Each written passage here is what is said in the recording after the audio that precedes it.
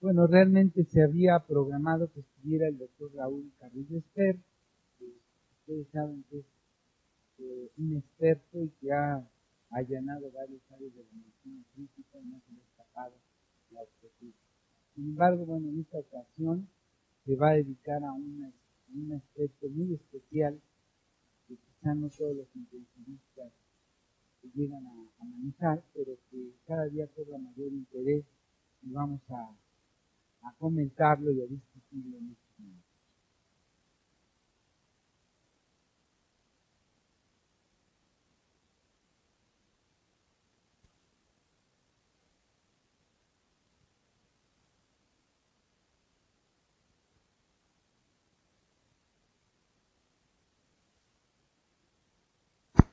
Bueno, vamos a iniciar con una panorámica de lo que era un hospital que durante 44 años funcionó en la ciudad de Toluca, que era el Hospital General Adolfo López Mateos, y que ahora con el nuevo gobierno ha cambiado y va a dar origen.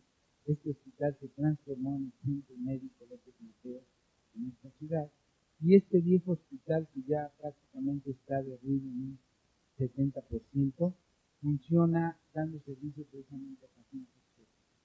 Este nuevo hospital, que en breve va a empezar a funcionar al 100%, se va a llamar, se denomina ya un hospital perinatal, y va a estar dedicado a pacientes con embarazo complicado y de alto riesgo, donde la medicina crítica va a jugar un papel importante.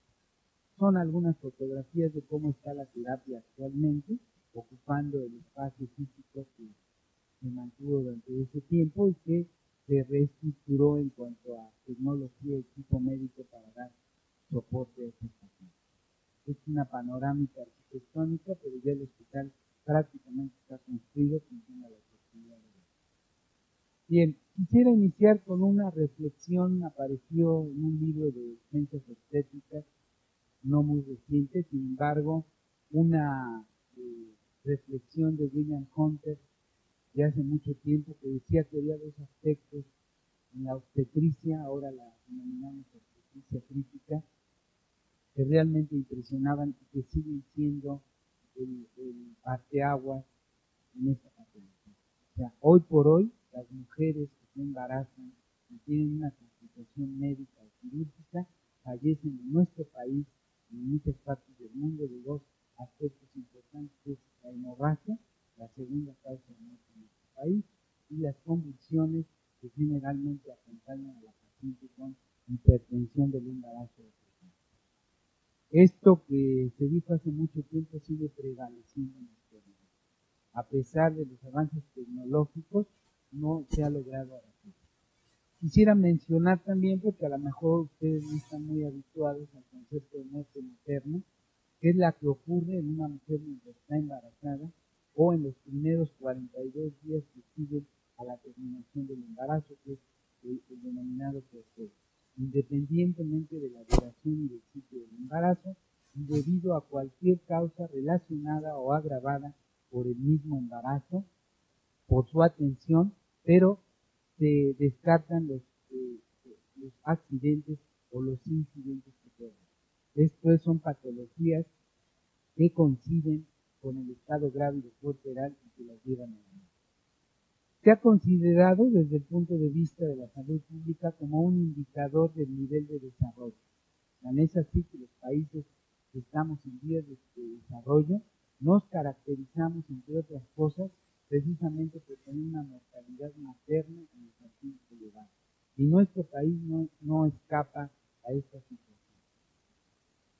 ¿Cómo se mide la mortalidad materna? Que son medidas ya estandarizadas. Bueno, una es la tasa de mortalidad materna, que se conoce como el riesgo asociado a tal embarazo, y no es otra cosa más que el número de muertes maternas dividido entre el número de nacidos vivos registrados, y puede ser por 10.000 o por 100.000.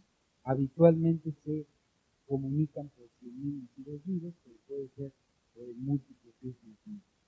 Debo mencionarles que otra razón que se utiliza es la proporción de mortalidad materna, que mide el riesgo y la frecuencia con la cual las mujeres son expuestas a este riesgo. y también es el número de muertes maternas por 100.000 mujeres en edad reproductiva. Recordar que nuestro país es un país de gente joven, a donde las mujeres representan una gran proporción de mujeres en edad reproductiva y en consecuencia tenemos un problema prevalente. Recordar también como una cifra que cuando los países desarrollados tienen 9 por 100.000 nacidos vivos, nosotros tenemos 18 veces más. Las estadísticas más recientes del doctor Vitelio Velasco del Seguro Social, a donde hace una recopilación de mortalidad materna, encuentra en 29 por 100.000 nacidos vivos. Sin embargo, las demás instituciones, llámese ISSSTE, Salubridad u otras entidades, presentan frecuencias mucho más elevadas. Entonces es un problema de salud que tenemos y que tenemos que conocer. Se habla que en el mundo mueren alrededor de 600.000 mujeres, un poco más de 500.000 de mujeres cada año por estas causas.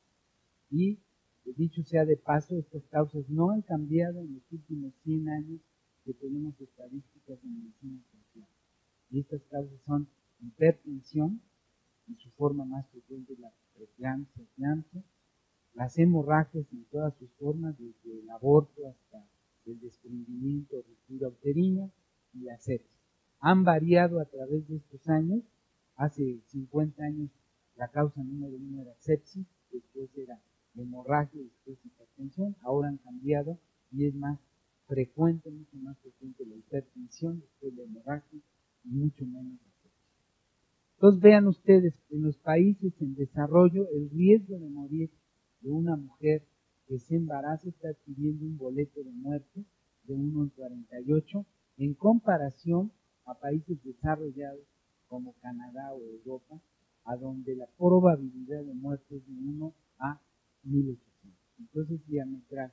¿De qué depende esto? Pues desde luego de las condiciones maternas, pero también de las condiciones que se van a dar durante el desarrollo del embarazo y sobre todo qué tipo de asistencia médica va a tener esta mujer, en dónde van a hacer ese proyecto, dónde se va a atender, en qué hospital, etcétera.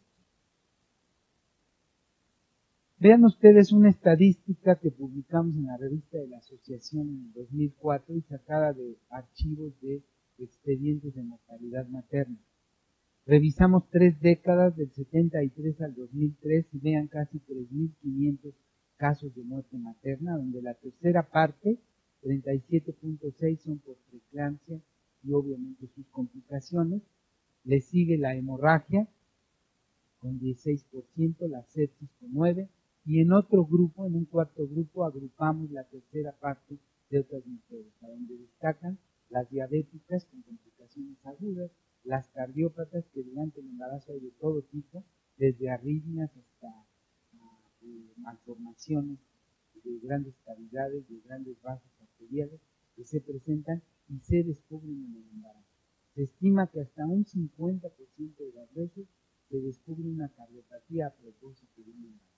Porque es una cardiopatía que seguramente no tuvo mucha repercusión hemodinámica y que una vez que esta mujer se embaraza y con los cambios hemodinámicos que requiere, dan manifestaciones que van desde pequeñas hasta mayores y se hace el diagnóstico. Vean ustedes esta estadística hasta el año 2006 de un hospital de ginecología obstetricia de la ciudad de Toluca, y esto lo presento para que vean ustedes el impacto de lo que fue la medicina crítica en este hospital. Cuando llegamos a este hospital, las pacientes se manejaban de acuerdo al criterio del médico que la estaba atendiendo. Y algunos venían del ISSSTE, del Seguro Social, etcétera, etcétera, y obviamente tenían criterios muy diversos. Cuando se establece en esta unidad un programa que se llama Medicina Crítica en Obstetricia y se entrena específicamente al personal que va a atender a estas mujeres, vean cómo la mortalidad baja de 13.4, mortalidad relativa, es decir, muertes entre ingresos a la unidad de cuidados intensivos, a 4.1. Realmente no estamos descubriendo el hilo negro, pero estamos haciendo las cosas sistematizadamente, buscando evidencias desde el punto de vista científico para darles manejo a estos problemas. y obviamente los resultados que están hablando. Entonces, no se trata de que estas mujeres reciban la atención como a cada 15 le ocurra, sino que sean un protocolo, mediante un protocolo estandarizado, sean médicos, enfermeras de terapia intensiva, entrenados específicamente para lograr esto. Vean en el actual hospital perinatal, en el año 2007, a la reapertura de esta unidad de cuidados intensivos, de junio a diciembre se recibieron 162 pacientes y en lo que va de este año, 161 pacientes, siendo un total de 323. Y vean cómo siguen las causas más importantes. Hemorragia masiva, que habitualmente se acompaña de falla orgánica múltiple, cardiopatías, ¿sí? Frecuentemente cardiopatías mixtas, choque séptico o pacientes con muerte cerebral de diversos tipos, desde muerte cerebral por hemorragia, por hipertensión hemorragia intracerebral, por sepsis o por accidente anestésico, ¿no? Encefalopatía no isquémica. Y vean, choque hipovolémico, sepsis, EBC hemorrágico y un caso de preeclampsia cerebral con edema agudo de cerebro. Entonces son pacientes graves que requieren el apoyo de un equipo multidisciplinario que lo encabeza el intensivista, el internista, el hematólogo, el nefrólogo, un cirujano, un perinatólogo, etcétera, etcétera, para dar, para favorecer la sobrevida de estas mujeres y de sus fetos, de sus productos de la concepción. Y vean en este corte de estos 2 años, preeclampsia y eclampsia representa con mucho la causa de ingreso a estas unidades, le sigue la hipovolemia, la sepsis, y en otro gran grupo, pues el demás tipo de patologías, como acabo de mencionar. Esta diapositiva es de la Secretaría de Salud del Estado, a donde el Estado de México, debo decirles que en la década pasada encabezó la lista negra de mortalidad materna. Teníamos una tasa de mortalidad promedio que rebasaba la tasa nacional. Y durante muchos años, más de una década, estuvo estos números rojos. A raíz del cambio de gobierno y obviamente de las políticas de salud, se establecieron una serie de estrategias en el Estado de México. Una de ellas muy importante es precisamente la incorporación de programas de medicina crítica, entrenar específicamente a través de cursos formales avalados por la Universidad del Estado y de cursos avalados por esta asociación y por la Academia Nacional de Medicina para dar un entrenamiento especial a estos médicos y enfermeras. Y vean cómo en 2 años, 2006 y 2007, se ha bajado importantemente, significativamente la mortalidad. Por 2 años ha disminuido en un 38%, una tercera parte, lo cual es altamente significativo. Y creemos que por eso es importante redoblar esfuerzos y continuar entusiasmando a toda la gente, a todos los médicos y enfermeras que trabajan con pacientes obstétricas en esto, porque es importante que cada vez que ven a una paciente piensen en la posibilidad de que se pueda complicar y morir. Estadísticas generales, bueno, hablan de que en especial la preeclampsia, que es el tema que hoy vamos a desarrollar en estos minutos, es una patología mundial. En todo el mundo hay mujeres con preeclampsia. Sin embargo, en los países en vías de desarrollo como nosotros, es un poco más alta. Se estima en nuestro país 8 a 10%. La tercera parte las lleva a la muerte estas pacientes, y lo sabemos. Y vean las estadísticas, lo que decía, cómo el Estado de México encabezaba con mucho esta mortalidad. ¿Qué entendemos por preeclampsia? Bueno, hay diversos conceptos, solo escogí los más representativos. Uno de ellos es este. Es un complejo desorden multisistémico, o sea, ese concepto simplista que a veces se ve en los hospitales, sobre todo de ginecobstetricia, se debe desechar. No es una mujer hipertensa y edematosa, es una paciente que tiene un desorden multisistémico que ocurre en el embarazo y que se asocia a hipertensión y proteinuria principalmente. Pero que obviamente esta es la imagen que nos presenta el iceberg, ¿sí? La imagen que tenemos de primera intención, pero que evidentemente no es la única situación. Y otra cosa muy curiosa que ha hecho particularmente difícil y especial el estudio de esta patología es que es una patología del ser humano. Replicarla en un modelo animal es extraordinariamente difícil, aún en los simios que somos muy parecidos y compartimos con el chimpancé hasta el 96% del genoma, aún así mantenemos diferencias importantes y una de ellas es, por ejemplo, esta enfermedad. Otra concepción de esto es que es el resultado de una interacción excepcionalmente compleja de múltiples factores originados por dos individuos genéticamente diferentes, la madre y el feto. Se habla de que el embarazo es un trasplante tolerado, de que el embarazo es una situación desde el punto de vista inmunológico muy especial, que por lo menos el 50% de esas células, de esas características genéticas son diferentes a la madre y en términos generales son tolerados. Y bueno, el concepto más común que todos tenemos en mente es que es un padecimiento o grupos de padecimientos, porque ahora se habla ya de grupos de padecimientos, como es el retraso en el crecimiento intrauterino, y se le achaca que la preeclampsia no es también más que el resultado de una placenta anormal que está dando más manifestaciones maternas que fetales. Es un padecimiento o grupo que se presentan desde la semana 20 clásicamente y que se caracterizan por hipertensión y proteinuria. También debemos recordar que puede presentarse o identificarse en el puerperio y que a veces estos casos son más severos. Es importante recordar también que en forma atípica se puede presentar antes de las 20 semanas y esto habitualmente está asociado a patología del tromboblasto o a enfermedades que tienen en común denominador la patología del endotelio vascular.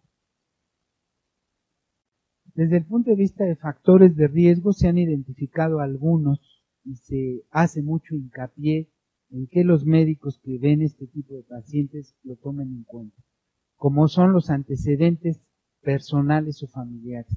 El doctor Leon Chesley, que publicó un libro de hipertensión durante el embarazo hace algunos años y que es una persona que ha trabajado mucho sobre esto, estima que básicamente una mujer que desarrolla preeclampsia tiene de entrada un 25% de probabilidad de volver a repetir, lo que se llama preeclampsia recurrente, y que cuando hay antecedentes familiares en la abuela, la mamá, o las hermanas o las tías, esta posibilidad existe también.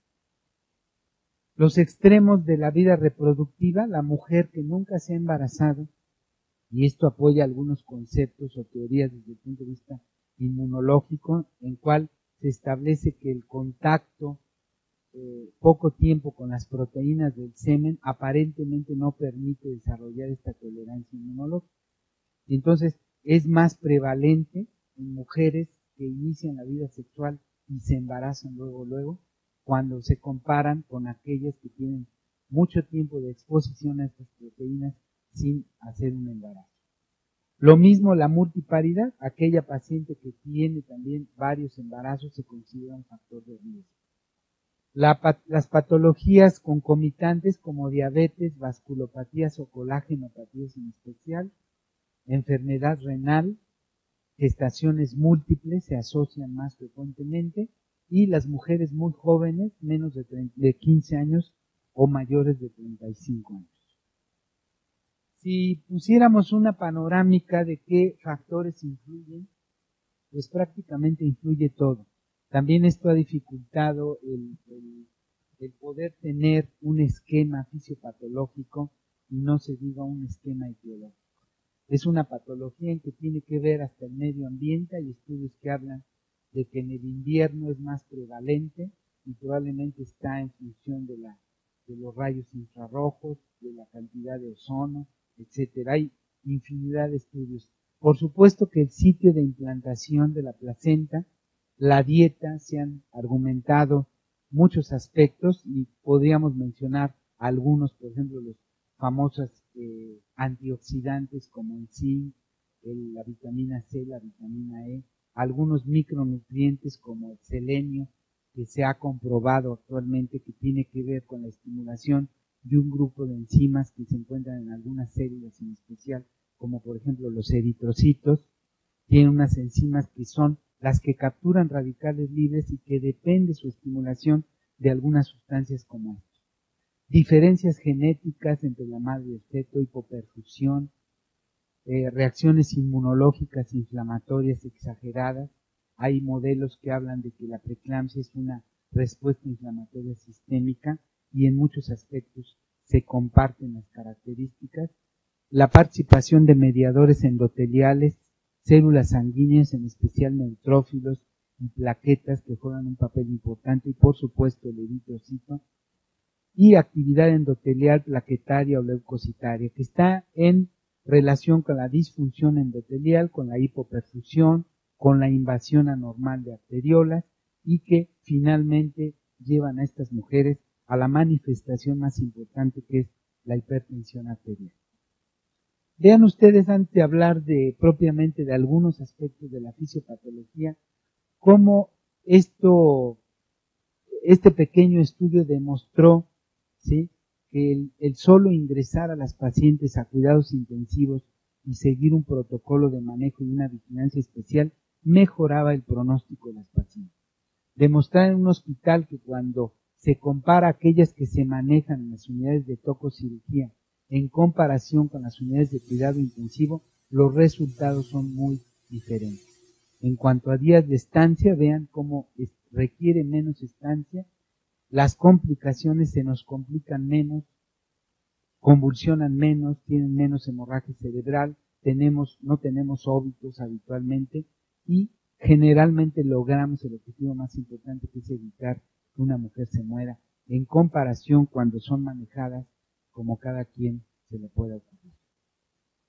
Dentro de la fisiopatología de la preeclampsia hay algunos conceptos bien establecidos, como es el estrés oxidativo placentario, la peroxidación de lípidos, el nivel bajo de antioxidantes en estas mujeres, la activación anormal de leucocitos y plaquetas y la disfunción de células endoteliales. Este esquema de fisiopatología lo publicamos en el 99 y luego en esta otra revista, tratando de establecer. Nosotros creemos, y quiero compartir con ustedes esto, de que en las unidades de cuidado intensivo necesitamos tener un esquema fisiopatológico en mente para poder explicarnos las manifestaciones que estas pacientes tienen y, por supuesto, el tratamiento que van a recibir.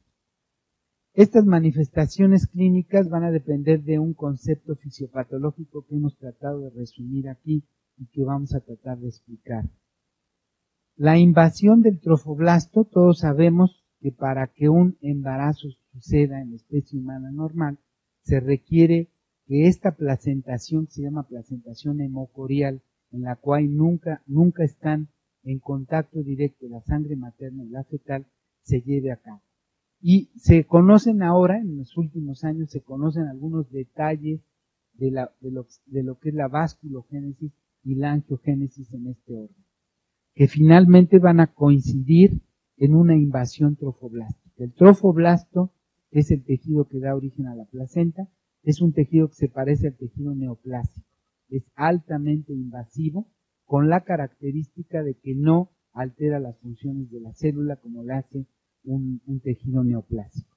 Este trofoblasto, desde el punto de vista biológico, lo que persigue es invadir los vasos más pequeños que se van ramificando de la arteria uterina y que se van metiendo entre el espesor del miometrio y se pone en contacto con lo que se llama la cámara intervellosa. Quería presentar el esquema columnista.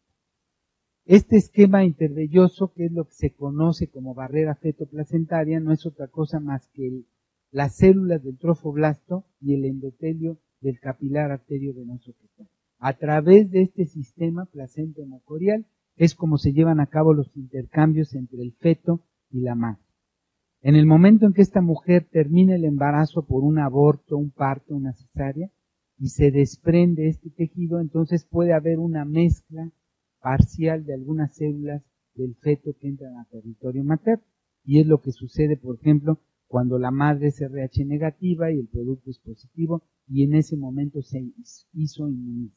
Por eso es que en estos casos se requiere ponerle a esta mujer un bloqueador de estas sustancias durante las primeras 72 horas para que no reconozca este RH que ella no tiene como un agente externo y forme un autoanticuerpo. Pero bueno, en la preeclampsia aquí lo importante es nada más recordar que esta invasión trofoblástica, este trofoblasto invade la arteria uterina, los vasos uterinos, con la única intención de cambiar unos vasos de alta resistencia, vasos arteriolares de alto flujo, a vasos de baja resistencia y de gran capacitancia. Este efecto biológico es clave para que se desarrolle un embarazo normal, que permita una angiogénesis y una vasculogénesis, ¿sí?, que van a asegurar unos intercambios entre el feto y la madre que la van a llevar a condiciones de embarazo normal.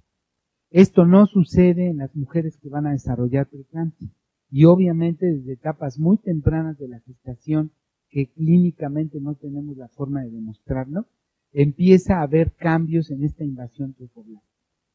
Por alguna razón, fenotípicamente, y hay algunos marcadores genéticos que nos pueden ayudar a saber esto, estos vasos no se convierten en vasos de baja resistencia, continúan siendo de alta resistencia, y esto va conduciendo, conforme el embarazo va progresando, a isquemia úteroplacentaria.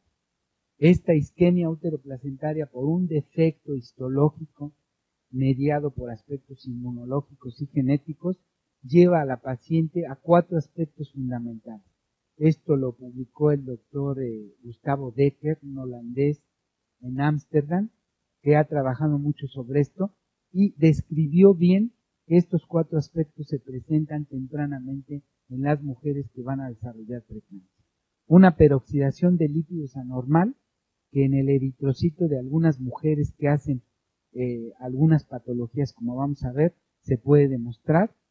Despulimiento y deportación de trofoblasto, que es un tejido rico en tromboplastina, que genera fácilmente mecanismos de coagulación intravascular, activando la coagulación a través de la vía extrínseca. Activación de algunas enzimas como la jantina oxidasa, que nos permite entender por qué el ácido úrico de estas mujeres se eleva y es un marcador bioquímico importante que puede predecir inclusive la evolución que va a tener. Y otro, activación de neutrófilos y plaquetas que tienen un comportamiento especial y que contribuyen a daño endotelial. Un daño endotelial que se da en forma local en el espacio intervelloso, pero que conforme el embarazo progresa, se va dando en forma sistémica. Todo esto, como ven, sucede en las primeras 20 semanas de embarazo. Por eso le hemos llamado el horizonte subclínico, porque no tendríamos que sospechar que esta mujer está haciendo preeclampsia, tomarle muestras y tratar de demostrar desde el punto de vista bioquímico que está sucediendo todo esto. Esto es la historia natural. Habitualmente, después de 20 semanas de embarazo, la paciente empieza a dar manifestaciones clínicas cuando todo esto ha progresado suficientemente en forma multisistémica para dar algunos aspectos bien determinantes. Y nosotros lo hemos dividido en 3 aspectos importantes. Uno es aumento en la permeabilidad, ¿sí? Está dado por daño al endotelio, que de por sí es una causa de incremento en la permeabilidad, pero en lo que hemos identificado y se ha descrito como un síndrome de fuga capilar, que es el desequilibrio en las fuerzas de Starling, que está dado porque la paciente tiene incremento en la presión hidrostática y disminución en la presión colodosmótica. Ambas cosas demostrables desde el punto de vista de la medicina actual, porque tenemos, por ejemplo, equipos de bioimpedancia, que no son equipos invasivos, y podemos demostrar que las resistencias vasculares están incrementadas y por ende de la presión hidrostática. Y podemos medir también la fuga capilar a través de la presión del cálculo de presión colodosmótica mediante proteínas totales. En el 63 ustedes recordarán que el doctor Pappenheimer publicó una fórmula para calcular presión coloidosmótica a través de proteínas fetales. El doctor Díaz de León en los 80 hizo un trabajo para demostrar que se podía calcular o se podía medir directamente con un coloidosmómetro. En la actualidad no hay ya coloidosmómetros, ya no los fabrican, entonces la única forma que tenemos es calcular la presión coloidosmótica. Entonces si nosotros calculamos presión coloidosmótica y encontramos que en condiciones normales es de alrededor de 26 unidades torr o milímetros de mercurio, y que en el embarazo se va a 22 a 20, pero que en las pacientes con preeclampsia tiene 15 o menos de presión coloidosmótica, pues nos ayuda a entender por qué se le fuga el líquido a estos pacientes, por qué se edematizan, no solamente desde el punto de vista somático, sino visceral. El edema cerebral es muy frecuente en las pacientes con preeclampsia severa. Entonces, este edema se manifiesta no solamente a nivel somático, sino visceral, y nos ayuda a entender esta fisiopatología. El otro aspecto es obviamente el cambio en el tono vascular, mediado por diversas sustancias. Por un lado hay disminución en la síntesis de óxido nítrico, ¿sí? Hay aumento de prostaciclina, ¿sí? Pero en estas pacientes en condiciones normales hay aumento de prostaciclina, pero en estas pacientes con una placenta normal predominan los tromboxanos. Entonces disminuye óxido nítrico, aumentan tromboxanos, empieza a haber efecto de endotelina, el calcio se comporta de una manera diferente a nivel del músculo lisovascular, y la consecuencia de todos estos efectos es incremento en las resistencias vasculares sistémicas, que junto con la hipovolemia que estas pacientes tienen por el estado de pérdida de fuga capilar, las lleva a una hipertensión y habitualmente a un estado hiperdinámico tratando de compensar esta situación. Y el otro aspecto importante es el aspecto microvascular. Las pacientes desarrollan algo que se llama anemia hemolítica microangiopática y tienen además compromiso en estas células los eritrocitos, y por eso decimos que tienen también trastornos hemorreológicos.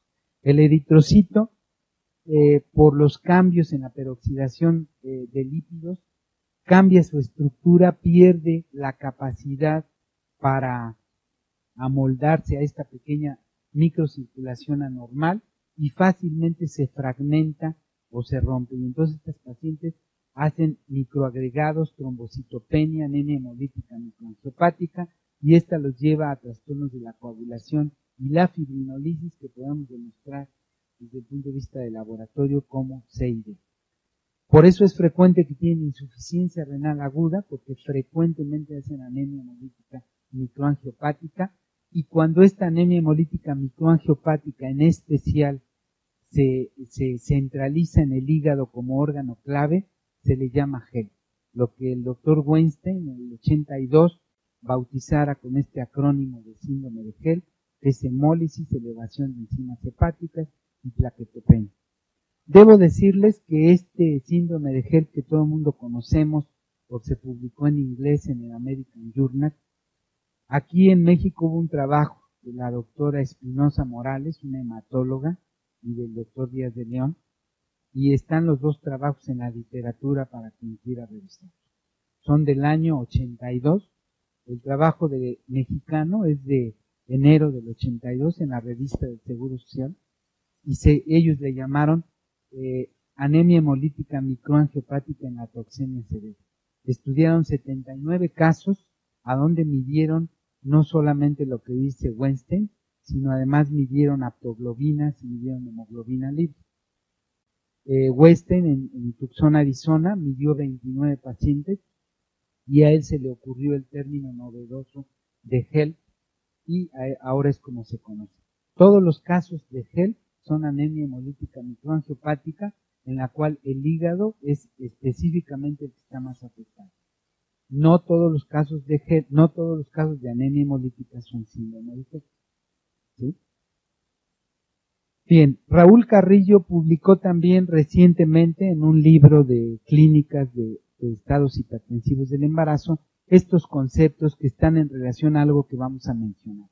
el sistema HLA y las alteraciones genéticas. Y vean cómo, pues, coincidimos todo mundo en lo mismo, ¿no? Hay lesión endotelial, hay hipoxia, hay implantación anormal, de alguna manera rechazo inmunológico, hay participación de algunos mediadores como citocinas y activación de neutrófilos. Vean en nuestra otra diapositiva de él cómo, bueno, la preeclampsia está en relación con todo esto, ¿no? Se han estudiado, por ejemplo, algunas pacientes y se ha encontrado que también algunas pacientes con preeclampsia encajan en lo que se llama síndrome de resistencia a la insulina. Algunas tienen estrés oxidativo o tienen niveles elevados de homocisteína, niveles bajos de antioxidantes, elevan triglicéridos y colesterol. Todas tienen una invasión anormal del trofoblasto y esto puede ser demostrado de dos formas. A través de ultrasonido Doppler se puede medir la arteria uterina con un ultrasonido de alta tecnología y se puede ver el espectro. Y tempranamente en estas mujeres, es decir, hablamos del embarazo entre alrededor de las 25 semanas, se puede demostrar que el flujo por espectro Doppler es anormal en estas pacientes. Tan es así que algunas pacientes hacen lo que se llama flujo inverso, ¿sí? Y estas pacientes son las que en poco tiempo ese feto se va a morir y esta mujer no tarda en tener manifestaciones de severidad. Otra forma de demostrar esto es determinar algunas proteínas que ahora se conocen ya en la literatura como proteínas angiogénicas y antiangiogénicas. Normalmente hay un balance a favor de proteínas angiogénicas y en estas mujeres con preeclampsia se ha encontrado que algunas proteínas antiangiogénicas como la tiroxinquinasa pueden incrementarse en esta paciente y esto demostrar tempranamente que esta paciente está ya haciendo una preeclampsia. Algunos otros determinaciones como péptidos placentarios, inhibina, hormona gonadotropín coriónica, leptina. Desde luego la función renal a través de calicreína, creatinina, ácido úrico, hipocalciuria. Hay varias pruebas para demostrar tempranamente que la función renal se está deteriorando. Actividad fibrinolítica incrementada, participación de citocinas, función plaquetaria normal, no solo desde el punto de vista cuantitativo, sino también cualitativo, y por supuesto disfunción endotelial, que también hay varias formas de demostrar en estas mujeres. Desde el punto de vista inmunológico, bueno, quisimos presentarles esta lámina publicada en esta referencia porque se me hace muy didáctica, ¿no? Vean, desde el punto de vista inmunológico y por trimestres podríamos caracterizar algunas situaciones especiales. Por ejemplo, mujeres que tienen aborto puede estar en relación con interacción entre células NK y trofoblasto anormal, proteínas angiogénicas, hemostasis celular o balance hormonal entre citocinas y trabajo neuronal. A nivel del segundo trimestre, la inflamación y la isquemia placentaria, ¿sí?, que puede dar origen a preeclampsia o que puede dar a un trastorno en la remodelación de las arterias uterinas, ¿sí?, y que pueden llevar a esta paciente a una muerte fetal por retraso en el crecimiento, por insuficiencia placentaria. En el tercer trimestre también la reacción de algunas sustancias como las citocinas inflamatorias, la 1, la 6, la 8, factor de necrosis tumoral, participación de radicales libres, incremento de la apoptosis, inflamación sistémica mediada por estas, pero todas tienen en común disfunción endotelial en mayor o menor grado. Desde el punto de vista genético, bueno, ya en la actualidad se conocen algunos aspectos. Y vean, por ejemplo, en 1934 este autor reportó la asociación de las hijas con aquellas pacientes que desarrollaron después preeclampsia. En el 60 se relacionó y comparó estas mujeres con preeclampsia contra grupos control, encontrando que hay mayor asociación. Chesley revisó 27 trabajos de familias con preeclampsia y eclampsia mortal y encontró la relación familiar. De hecho, él es el que más ha trabajado sobre este aspecto. Cooper reportó 3 o 4 generaciones afectadas, ¿sí?, en seguimiento, y Sutherland publicó mayor incidencia en madres e hijas de aquellas abuelas que habían desarrollado preeclampsia. Desde el punto de vista genético hay diversos patrones por los cuales se puede heredar.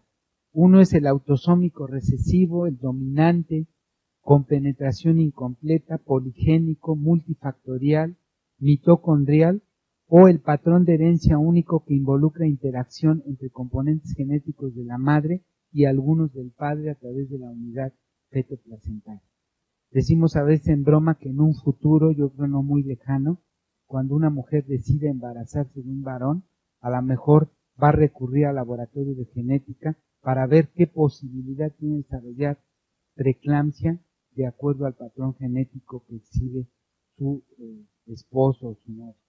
Y esto parece un poco ficción, pero va a ser realidad, ¿no? A lo mejor le vamos a tener que decir que no le conviene y que mejor busque otro para que no tenga riesgo de preeclampsia, ¿no?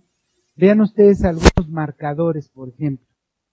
Les decía el doctor Gustavo Decker en Ámsterdam, bueno, asoció el factor 5 de Leydig, que se encuentra en el cromosoma 1q23. También conocemos el angiotensinógeno, el óxido sintetasa, la metiltetraidofolato reductasa. Nosotros tuvimos oportunidad con el doctor García Cavazos del INTER de hacer un trabajo de investigación y encontramos 37% de esta mutuación, de este cambio puntual de esta metiltetraidofolato reductasa en población mexiquense. Entonces, el 37% es muy alto si pensamos que, bueno, un factor genético esté tan prevalente. Otro es la epóxido-hidrolasa, como los principales que se han asociado. Recuerden que este factor 5 de Leydig también se asocia a problemas trombóticos frecuentes, ¿no? De hecho, cuando en terapia tenemos una mujer con trombosis venosa profunda o una tromboembolia pulmonar, que entre otras cosas, aparte de determinarle y de buscarle proteína C, S, antitrombina 3, debemos pensar también en síndrome antifosfolípido y en factor 5 de Leydig. Esta es una panorámica de la terapia como está actualmente en operación. Y bueno, esta es la gráfica que les decía, ¿no? En la clínica, habitualmente, ¿cómo vemos a la paciente con preeclampsia? Pues la vemos como en la punta del iceberg. En la punta del iceberg lo que vemos es solamente la hipertensión y la albuminuria. Tenemos que asomarnos a través de un laboratorio de bioquímica, un laboratorio especial o pruebas especiales para ver qué hay abajo de la hipertensión. Y abajo de esta hipertensión hay resistencias vasculares incrementadas que nos dan un tono anormal, un comportamiento anormal, nos dan un síndrome de fuga capilar que podemos demostrar por alteración de las fuerzas de Starling. Hay anemia hemolítica microangiopática casi en la mitad de las mujeres con preeclampsia y con ello trastornos microcirculatorios, y hay daño endotelial que puede ser explicado o mediado a través de estrés oxidativo y de todo esto que estamos diciendo, ahora en forma novedosa, incremento en factores antiangiogénicos y disminución de factores angiogénicos.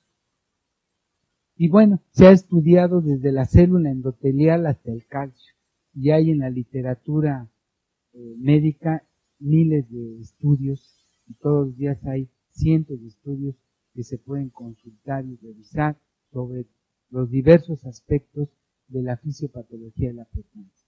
Un esquema nada más para recordar cómo la placenta en este modelo hemocorial, en sus formas más finas de la vellosidad corial, cómo a través de este espacio intervelloso lleva la comunicación de la sangre materna a través de la arteria uterina y sus diversas ramas terminales hasta el espacio intervelloso, cómo bañan esta vellosidad corial y ahí se lleva el intercambio de nutrientes entre uno y otro. Y un esquema de la doctora Hilda Villegas, tratando de explicar lo que sucede en condiciones cuando este trofoblasto no invade adecuadamente la arteria uterina y no se convierten estos vasos de alta resistencia en baja resistencia. Entonces es un aspecto importante demostrado. Recuérdese que hay 2 oleadas entre las 10 y 2 semanas y después entre las 16 y 18 que permiten el desarrollo de este embarazo y que en condiciones anormales como preeclampsia no se sucede. Y bueno, algunos aspectos de la vasculogénesis placentaria, esto es relativamente reciente también, y vean cómo desde etapas muy tempranas, como 15 días por posconcepción, cuando el trofoblasto se ha anidado, ya hay proyecciones de citotrofoblasto y el patólogo puede ya identificar la vellosidad primaria de este trofoblasto. Unos días después, una vellosidad secundaria, ya hay invasión de células. Al mes ya hay células más mesenquimatosas totipotenciales y ya da origen a una vellosidad terciaria. Y estas células ya, una vez que son estimuladas por estos factores angiogénicos, estos hemangioblastos pueden dar origen a los angioblastos o a células hematopoyéticas y dar la formación de nuevos vasos placentarios que van a conducir a este embarazo normal. Algunas de estos factores que se han identificado y que comercialmente se pueden ya conseguir, el único laboratorio en el mundo que fabrica actualmente estas proteínas es un laboratorio inglés y ya hay un distribuidor en México. Entonces se puede conseguir en kits comerciales estos factores angiogénicos y antiangiogénicos y determinarse en el laboratorio para hacer un seguimiento y poder decir tempranamente cuando una paciente está evolucionando a un problema de este tipo. Esto es para esquematizar nada más lo que decía el doctor Civetta, que el flujo de los capilares iba a depender básicamente de 2 presiones, la presión hidrostática y la presión capilar, y que el mantener este equilibrio tanto dentro del vaso como fuera del vaso es lo que permite los intercambios en un sentido y en otro que el doctor Starling nos describiera hace más de 100 años y que dicho sea de paso fue su trabajo de ingreso a la Academia Inglesa, el mecanismo que ahora conocemos como de Starling, descrito hace más de 100 años. Y explicar que lo que pasa en condiciones normales, cómo se pierde este equilibrio en el lado arterial y venoso, cómo se invierten las presiones y esta inversión de presiones es la que permite fisiológica en condiciones normales el intercambio y que en la paciente con preeclampsia se pierde. La paciente con preeclampsia tiene edema por cambios en el endotelio, pero tiene cambios en la presión hidrostática y por supuesto en la presión oncótica y eso hace que el líquido se fugue al intersticio, haga un tercer espacio, lo que se ha denominado síndrome de fuga capilar. Y bueno, otro aspecto importante es el conocimiento actual que se tiene de la participación del calcio intracelular en la respuesta contráctil. Esto se debe al doctor Sutherland, que en el 71 fue galardonado con el premio Nobel porque fue el primero en describir el mecanismo que ahora todos conocemos de segundos mensajeros y que en esa época pues él lo esbozaba. Tuvimos la oportunidad de trabajar sobre vasos umbilicales, que son los vasos que más nos permiten este estudio, y recordar que estos vasos umbilicales carecen de inervación. Por ende, los vasos placentarios no inervados van a depender precisamente de los movimientos de las sustancias vasodilatadoras y vasoconstrictoras que se encuentran en el territorio.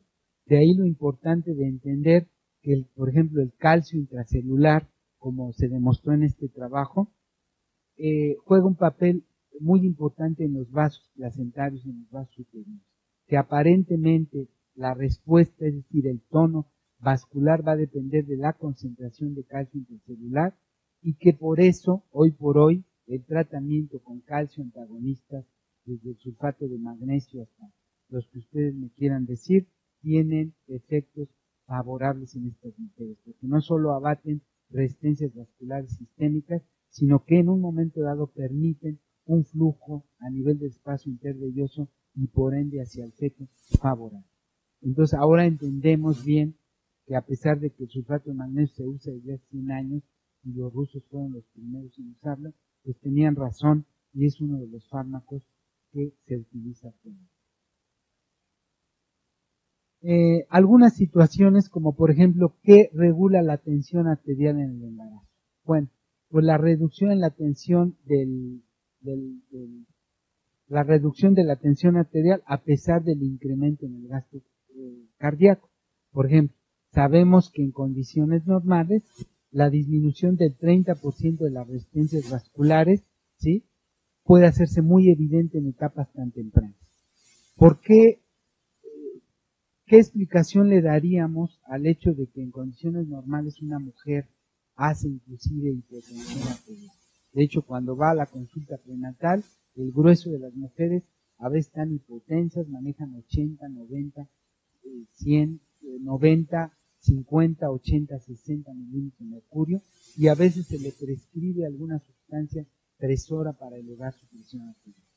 Fisiológicamente sabemos que la presión arterial depende de gasto cardíaco, de volumen circulante y de resistencias vasculares. Las tres variables hemodinámicas están modificadas en el embarazo. Fisiológicamente hay un incremento en el volumen circulante que se da desde las etapas iniciales del embarazo y que tiene su mayor representación alrededor de las 34 semanas. Al incrementar volumen circulante, la paciente necesariamente incrementa gasto cardíaco. Y, sin embargo, no hace hipertensión porque la tercera variable, que es la resistencia vascular, la disminuye. Por efecto, antes se pensaba que era solamente la progesterona, ahora sabemos que la prostaglandina, que se sintetiza sobre todo en placenta, es la que juega un papel importante.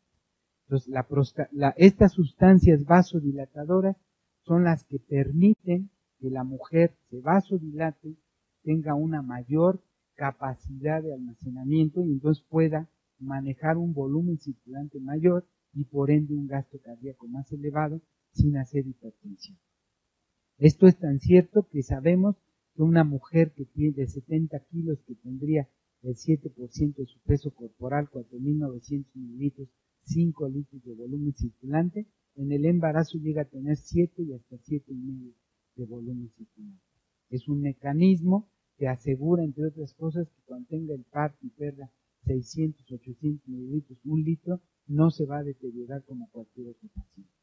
Sin embargo, en la placenta anormal, como es la paciente con preeclampsia, esto no sucede, este mecanismo se ha perdido y entonces la paciente no compensa y conforme el embarazo va progresando va haciendo hipertensión, a pesar de que fuga el líquido, se fuga el líquido, las resistencias vasculares se incrementa más el gasto cardíaco, hay trastornos microcirculatorios y es un círculo vicioso que si no lo diagnosticamos y lo manejamos, pues puede tronar un vaso de la circulación cerebral, que dicho sea de paso, tenemos una doble circulación, recordando que en el cerebro tenemos una circulación anastomótica, dada por el polígono de Willis, que asegura circulación en sentido anteroposterior y de un hemisferio a otro, pero tenemos una circulación no anastomótica de arteriolas terminales que se meten a la sustancia blanca hasta núcleos basales, hasta tallo cerebral, y que curiosamente son los vasos que habitualmente se rompen en estos pacientes. No hacen hemorragia subaracnoidea, hacen hemorragia intraparenquimatosa de vasos terminales y probablemente una explicación pueda ser eso. Los cambios microcirculatorios dados por todos estos cambios que hemos dicho son los que probablemente expliquen la hemorragia cerebral. Y vean ustedes, por ejemplo, este trabajo de bioimpedancia entre embarazo normal y mujeres con preeclampsia. Vean cómo se incrementa la presión arterial media, ¿sí? Y cómo se incrementan las resistencias vasculares sistémicas. Y otra cosa que pudimos demostrar ahora con estos nuevos equipos es el flujo torácico. Se incrementa mucho, tienen mucho flujo torácico, mucho líquido libre, y esto las predispone a hacer un edema agudo pulmonar, a tener arritmias de diferentes tipos, y aparentemente es dado precisamente por el síndrome de fuga capilar. Las tres células que participan en preeclampsia, y que las debemos recordar, la célula endotelial, la plaqueta y el eritrocito, que juegan un papel importante en estos pacientes. De ahí que hemos dicho repetidamente, la utilidad que tiene asomarnos a la microcirculación a través del frotis periférico. Vean ustedes una gota de sangre del pulpejo del dedo o del lóbulo de la oreja teñida con colorante de Wright y visto al microscopio de luz común y corriente con el objetivo de inmersión. Vean cómo los eritrocitos se alteran y cómo las plaquetas se agregan y se forman pequeños microtrombos. En una de estas mujeres le pedimos a la doctora Hilda Villegas, una patóloga, que es de las pocas que hace microscopía electrónica en nuestro país, y nos aconsejaron una biopsia de encía de estos pacientes. Y vean en la biopsia de encía cómo se demuestra el endotelio de estas mujeres lesionado, cómo se desprenden las células del endotelio y cómo hay fibrina circulante que obstruye la luz de los vasos y las lleva a un compromiso microangiopático. Y bueno, todo esto lo esquematizamos en un protocolo y no es nada nuevo, simplemente lo organizamos de tal forma y le llamamos protocolo Toluca, así lo publicamos. Y bueno, se nos ocurrió llamarle que era un tratamiento organizado, que tenía lineamientos y que utiliza criterios adecuados. Este protocolo implica obviamente pues diagnóstico, clasificación, tratamiento, monitoreo, vigilancia y pronóstico. Y en el tratamiento implica la utilización de cristaloide, coloide, obviamente de antihipertensivos, y lo que hemos denominado protección a órgano blanco, sobre todo la neuroprotección, ya que el encéfalo es muy vulnerable a esto. Y por supuesto, pues el tratamiento de las complicaciones, que pueden ser complicaciones quirúrgicas y frecuentemente complicaciones médicas. Por eso enfatizamos también que debe ser una participación multidisciplinaria, ¿sí? Que comentemos los casos con los diferentes especialistas y nos den su punto de vista para tomar decisiones. Desde el punto de vista fisiopatológico, nosotros prácticamente dividimos o concretamos esta fisiopatología en tres aspectos, que es demostrar si hay o no síndrome de fuga capilar y por ende tratarlo con reexpansión de volumen intravascular, si hay incremento en el tono vascular, que todas en mayor o menor grado tienen incremento, y consecuentemente hay que hacer un control farmacológico de la hipertensión y demostrar que tienen microangiopatía y cambios hemorreológicos y que debemos mejorar la microcirculación y dar protección a órganos blancos, que sabemos es básicamente cerebro, riñón e hígado como los órganos más vulnerables a donde frecuentemente vamos a tener la patología. Creemos que el pronóstico del evento obstétrico que pueda tener esta mujer con preeclampsia o eclampsia requiere de dos aspectos. Uno, tener un esquema de fisiopatología y segundo, dar un tratamiento médico-quirúrgico protocolizado. Este tratamiento lo resumimos en tres aspectos y le llamamos ABC, que es reposición volumen en cantidad y calidad. Requiere cristaloide, pero requiere también coloide, porque las proteínas están fugadas, tiene disminución de presión coloidosmótica, tiene fuga capilar. Requiere obviamente abatir las resistencias incrementadas y lo podemos medir. Antes lo teníamos que hacer a través de medios invasivos como el Swan-Ganz, que implica riesgo y que a veces cuando uno valora no vale la pena meter un catéter hasta la arteria pulmonar en una paciente de por sí ya complicada. Ahora en la actualidad la bioimpedancia nos permite medir resistencias vasculares y gasto cardíaco y poder hacer inferencias terapéuticas adecuadas. Y el otro es la reposición, la protección a órgano blanco, básicamente con neuroprotección, el uso de sulfato de magnesio, el uso de DFH, el uso de algunas sustancias que pueden estar controvertidas, como dipyridamol, como esteroides, o como heparina a baja concentración, o heparina de bajo peso molecular, que en nuestra experiencia, nuestros resultados han sido favorables. Y finalmente tomar una decisión. Recuérdese que habitualmente las pacientes con preeclampsia, estadísticamente, la mayor parte de mujeres con esta patología severa, preeclampsia severa o eclampsia, están entre 32 y 34 semanas de gestación. Esto implica que desembarazarla para resolver un problema materno implica crear un problema fetal, un producto pretérmino que se va a ir a la unidad de cuidados intensivos neonatales y que va a estar 1 mes o 2 meses y a lo mejor se va a acabar muriendo, o bien decidir darle tratamiento a la mamá y mejorar sus condiciones para tratar de darle tiempo a este feto de desarrollarse un poco más y de nacer en mejores condiciones. ¿De qué depende esto? Pues depende de 2 parámetros que hemos establecido, que es qué respuesta tiene al manejo en la terapia. La paciente ha mejorado, cómo está su función hemodinámica, cerebral, hematológica, renal, a través de todas las pruebas que conocemos, y bien cómo está también el feto, a través de hacerle un ultrasonido, ¿sí? Para que nos digan cómo está el líquido amniótico, la placenta, cómo está el producto y qué expectativas tenemos con él. Y en base a estos 2 criterios decidir si se le da manejo conservador, aún en aquellas pacientes con eclampsia. Hemos tenido mujeres con eclampsia que se han controlado y las hemos tenido 1 semana, un poquito más de 1 semana, con el único propósito de que ese producto nazca en mejores condiciones, o bien realmente cuando estos parámetros así lo determinan, le hagamos lo que le hagamos, la paciente no mejora, al contrario, cada vez está peor, y si seguimos enfrascados en darle oportunidad al feto, se va a morir la mamá también. Entonces, tomar la decisión y hacer la interrupción de esta gestación. Como criterios de severidad también que todos manejamos, bueno, lo más importante, las presiones, que además es con lo que clasificamos, 160, 110 o más en 2 ocasiones con 6 horas de diferencia, es un criterio de severidad. Si la paciente, a pesar de lo que hacemos, sigue hipertensa, o tenemos que usar varios fármacos, la asociación de varios fármacos para controlarla, pues tenemos que valorar realmente qué tan adecuado es que nosotros continuemos el tratamiento. Aquellas pacientes con proteinuria mayor de 3 gramos en orina o en la tirita reactiva que tienen más de 3 cruces en 2 muestras, tiene una proteinuria importante y es un signo de severidad.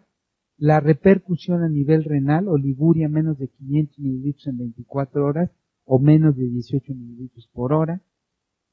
Trastornos neurológicos, que en algunos lugares les llaman datos de vasoespasmo, aunque en realidad son datos de encefalopatía hipertensiva, como son trastornos visuales, o bien repercusión pulmonar, cianosis, edema agudo pulmonar, o el dolor epigástrico en hipocondrio derecho, que son muy característicos. Habitualmente, las pacientes que hacen ruptura hepática, que es una complicación quirúrgica de estos pacientes, en mayor o menor grado todos tuvieron estos datos.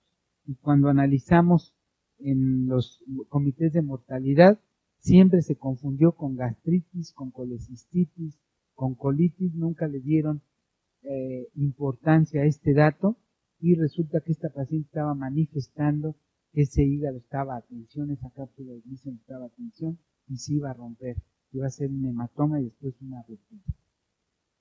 Y bueno, los otros criterios como disfunción hepática, todas les hacemos pruebas de función hepática, desde colesterol hasta enzimas, para realmente valorar esto.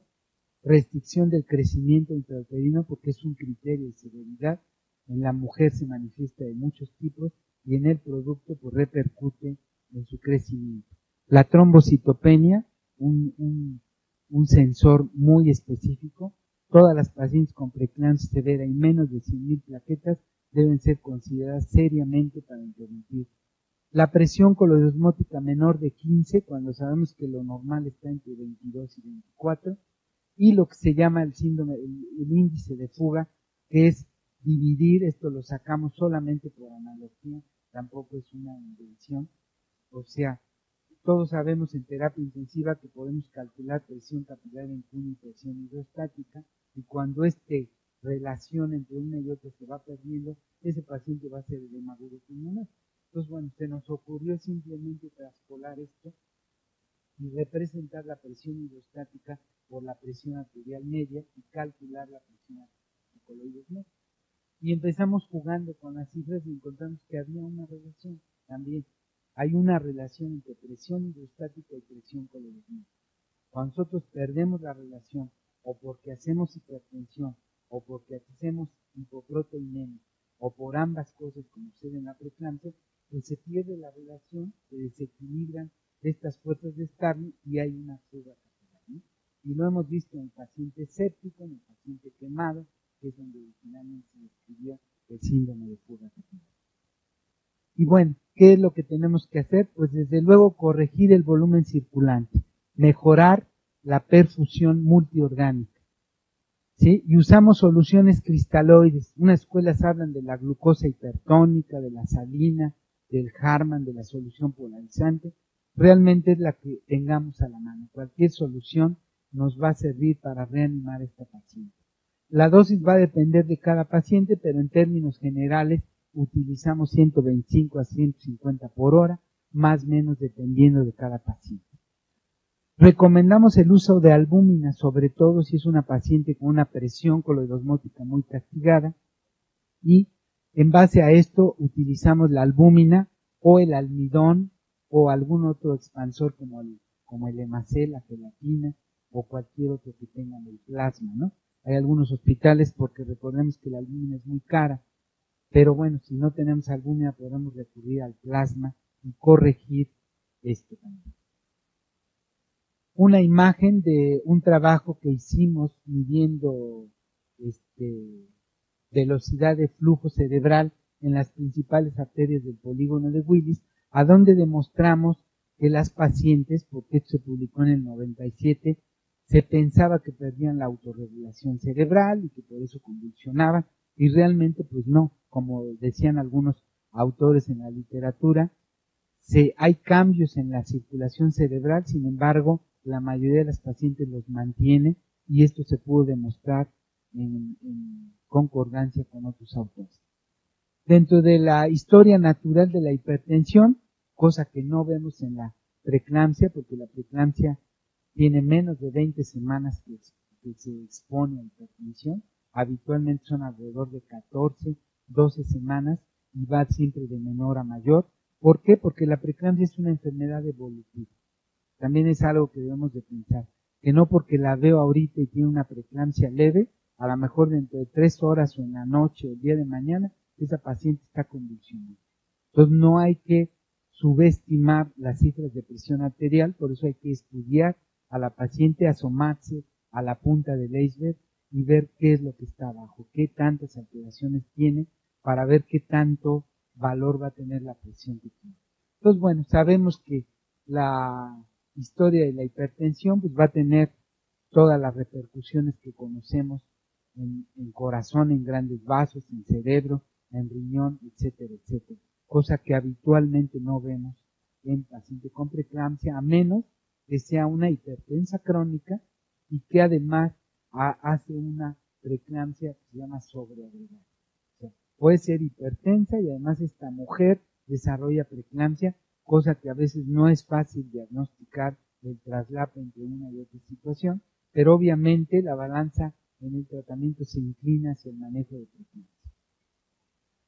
Y bueno, algunos antecedentes, por ejemplo, de la evolución de los antihipertensivos desde 1930, los famosos alcaloides derivados de la rauwolfia y similares, en 1940 los tiocianatos, en el 59 los vasodilatadores y los diuréticos, en el 60 la aparición de los beta bloqueadores, en los 70 los alfa bloqueadores, en los 80 los calcio antagonistas, y en la actualidad, pues desde el 90 los inhibidores de la ECA y los bloqueadores ARA2 y ahora inhibidores de endotelina, ¿no? Realmente en el embarazo utilizamos algunos medicamentos, algunos están contraindicados, como son prazosin y similares, inhibidores de la enzima convertidora. ¿Por qué? Porque atraviesan la barrera placentaria, actúan en el sistema renina-angiotensina del feto y lo pueden matar. Entonces, los fármacos que utilizamos habitualmente son el alfa-metildopa, que la única indicación actual es precisamente el embarazo, los vasodilatadores como hidralazina o vasodilatadores venosos como los nitritos, o algunos otros como los beta bloqueadores. Ya en el puerperio, obviamente podemos usar el que ustedes quieran. Los mecanismos de acción son conocidos, las contraindicaciones y los comentarios que se puedan tener.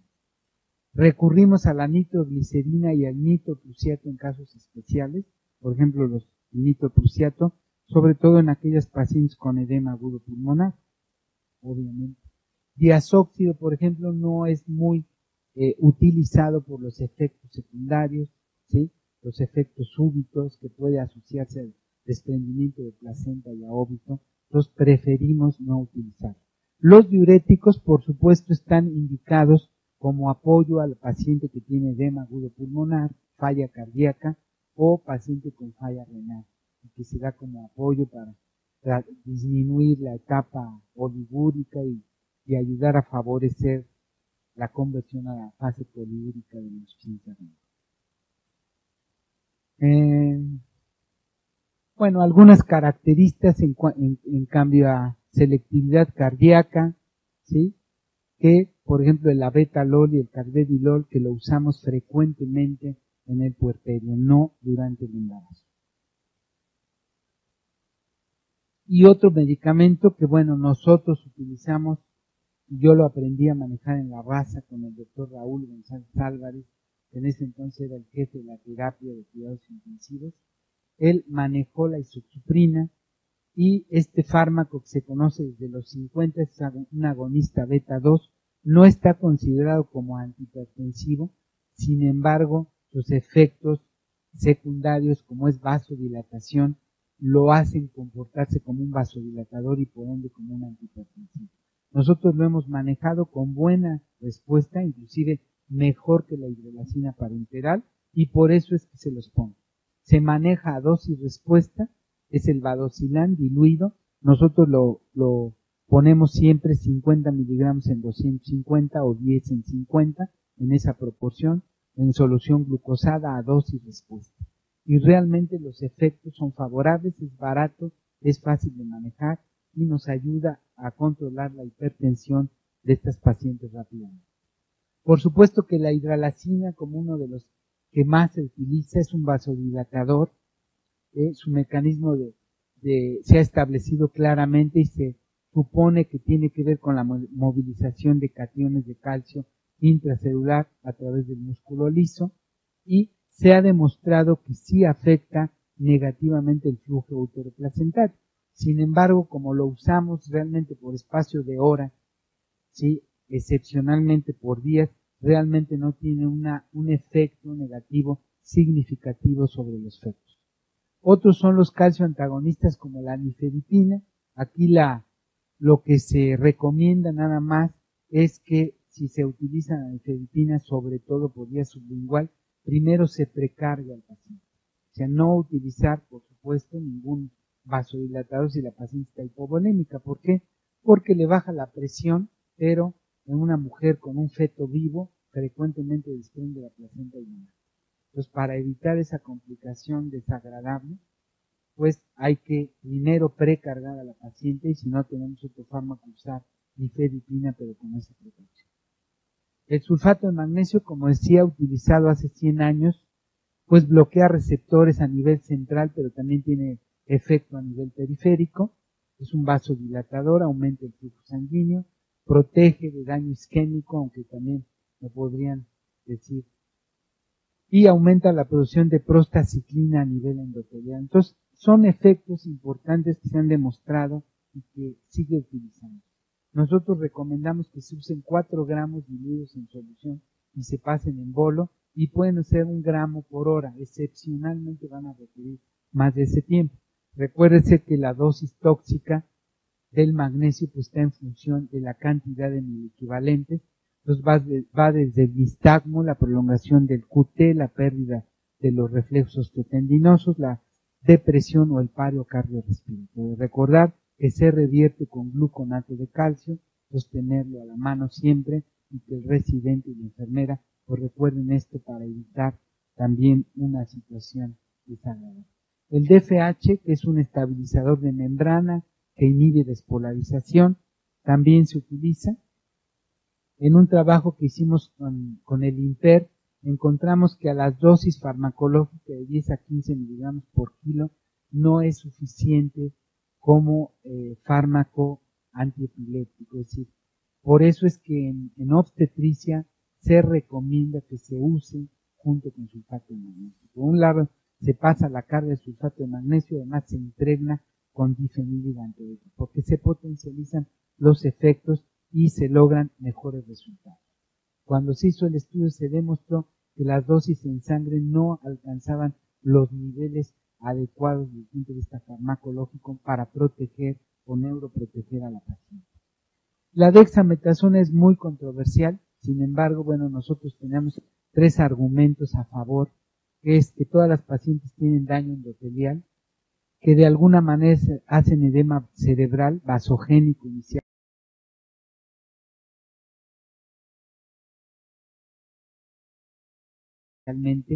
citotóxico después y en algunas hasta mixto, pero además también, como es frecuente que sean productos pretérmino de 32, 34 semanas, también nos sirven como inductor de madurez fetal. O sea, independientemente del efecto, del poco o el mucho efecto que tengan en la madre, también hay efecto en el producto que es un efecto comprobado. Si algo ha demostrado mejoría en los niños, en los fetos prematuros, en el recién nacido prematuro, han sido 2 cosas. El uso temprano de inductores de madurez pulmonar, que son los esteroides, y el uso de surfactante en las salas de neonato.